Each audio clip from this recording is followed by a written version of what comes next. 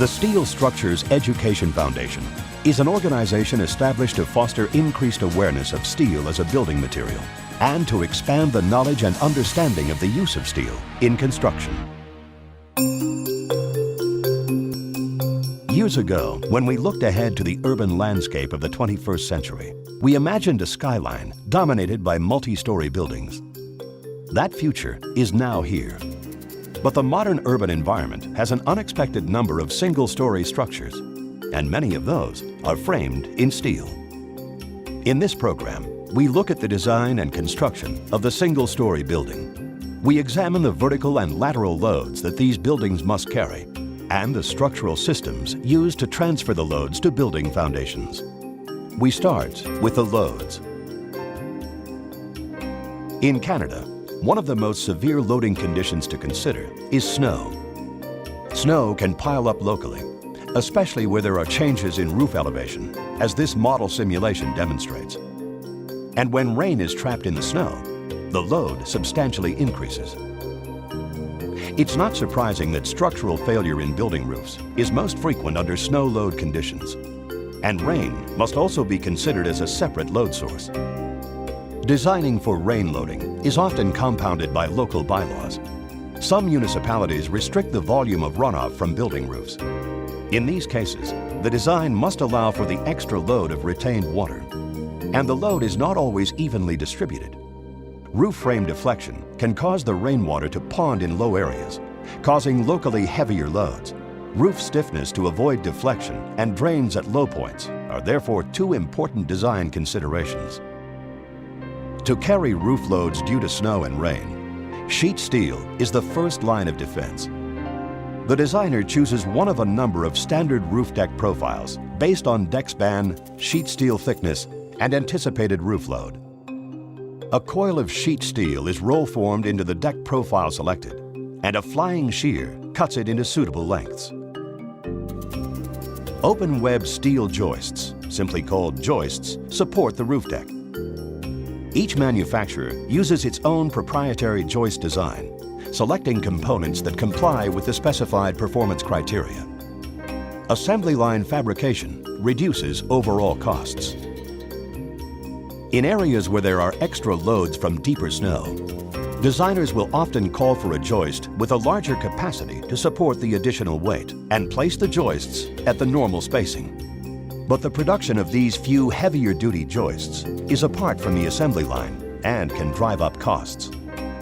It may therefore be more cost-effective to use the same joist design that's in the rest of the roof and place them closer together where necessary to increase load capacity. Reducing joist spacing also reduces the deck span, thus increasing the load capacity of the roof deck. This may also avoid the need to adjust deck strength in areas of heavier loading.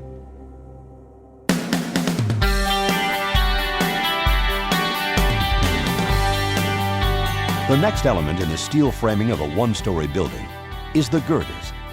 These are the primary supports for the joists. They are often cantilever girders, also known as Gerber girders, named after the designer Heinrich Gerber. More than a century ago, he used cantilever girders in European bridges to achieve the benefits of continuous girders, with the structure remaining statically determinate.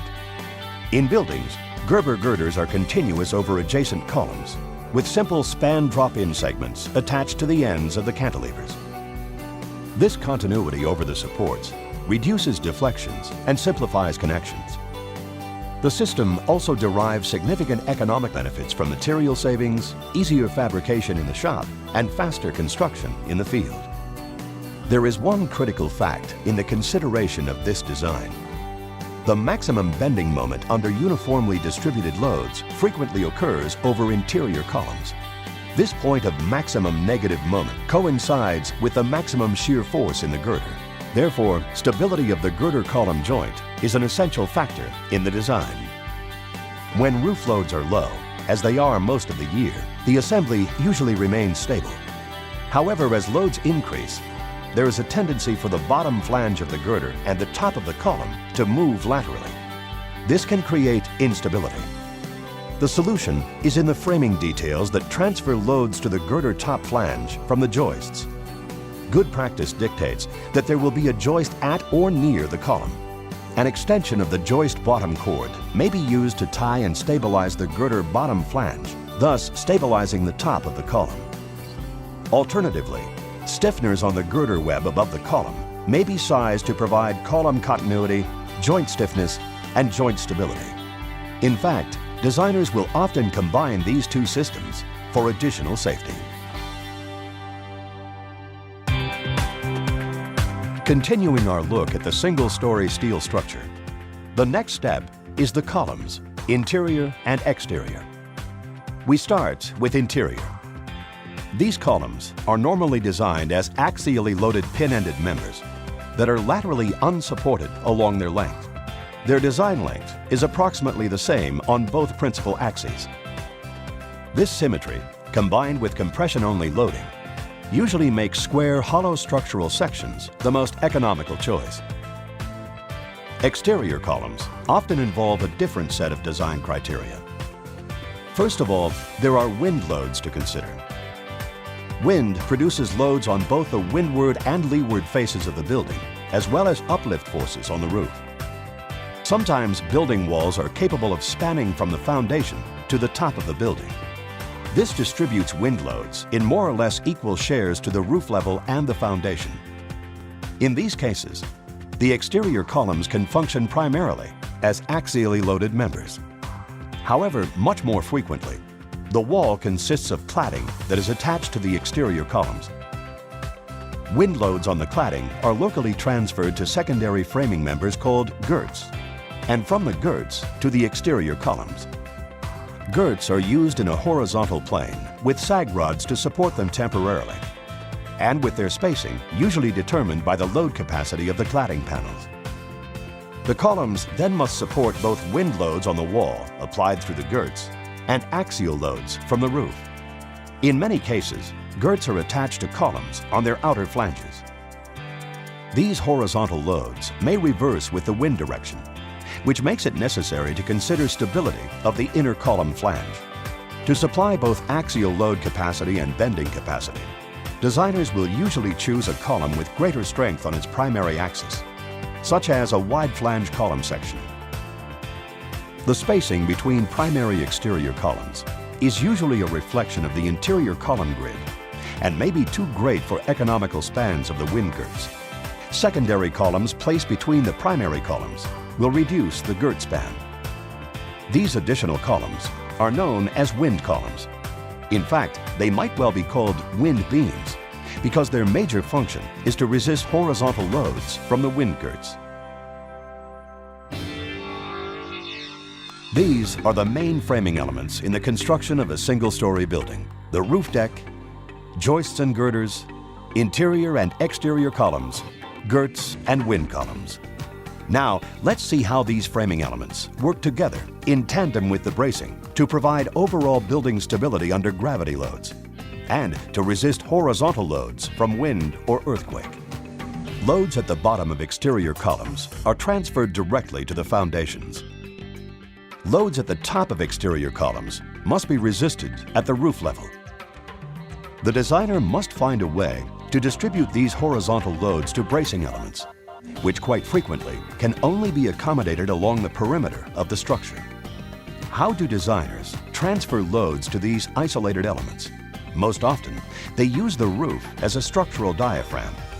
A steel roof deck with joists acting as stiffening elements forms the structural diaphragm, which must have the capacity, both overall and internally between adjacent elements, to transfer forces across its width.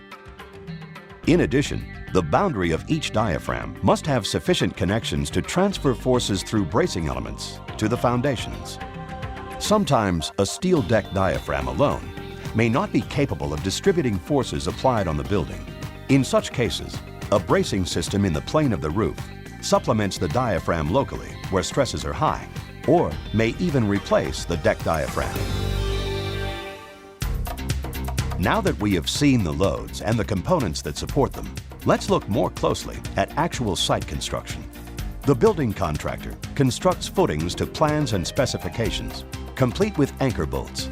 The shop fabricated columns with base plates are erected and shimmed to the correct elevation, ready for grouting. As an alternative, leveling plates can be installed and grouted before the columns are erected. After several columns have been bolted down, the cantilever segments of the girder system are erected. Drop-in spans complete the lines of the primary framing elements. Usually a tie joist, that is, a special joist with a bottom chord extension, is placed on the column grid lines. Erectors use this bottom chord extension, along with plumbing cables, to plumb the frame. This is the point in the girder where we see the large negative bending moment discussed earlier. To stabilize the joint, we connect the joist bottom chord, ensuring stability of the girder bottom flange and the top of the column. After girders are placed and stabilized by tie joists and plumbing cables, bundles of open web steel joists can be placed on the frame. They are then spread to the specified spacing and attached to the girders by bolting or welding. Bridging is then installed to brace the joists. With joists and girders complete, the third element in the roof structure can be laid, the steel roof deck. The erector places panels side by side on the joist top chords and welds or mechanically attaches each to the joists. Side seams are connected for vertical load carrying capacity, with additional connections for roof diaphragm capacity if required. Now, let's take a closer look at the building wall. There are many different wall systems to use. Wall panels may be factory manufactured, and these large elements are shipped to the site. The wall may also be manufactured in the field, beginning with a liner sheet attached to the structural girt system, followed by subgirts, insulation, and finally, the exterior finish panels. As the wall cladding is installed, one other construction process is underway, the completion of the roof system. One common roof system calls for insulation to be placed on the roof deck and connected to the deck to keep it in place. The thickness of the insulation varies with the temperature requirements of the occupants and the energy conservation philosophy of the building owner. The waterproof coating on top of the insulation is usually several layers of asphalt paper bonded by hot asphalt and protected by a layer of fine gravel. The basic structure of the building is now complete and work on the interior begins. In this program, we have examined the elements used in the construction of a single-story building. We have seen how each framing element plays a key role in transferring vertical and lateral loads to the foundation, and we have followed the assembly of these elements into a cohesive design. The final structure ensures the stability of each framing component, as well as the overall stability of the building. As the frame is enclosed with its architectural finishes, a new workspace is complete. Each structural element complements the others, often acting in a dual capacity, and the architectural finishes may also contribute a structural function. We have met the engineering challenges of a single-story building. We have produced a highly optimized yet repetitive and economical design, and another functional, attractive building has been added to our modern urban environment.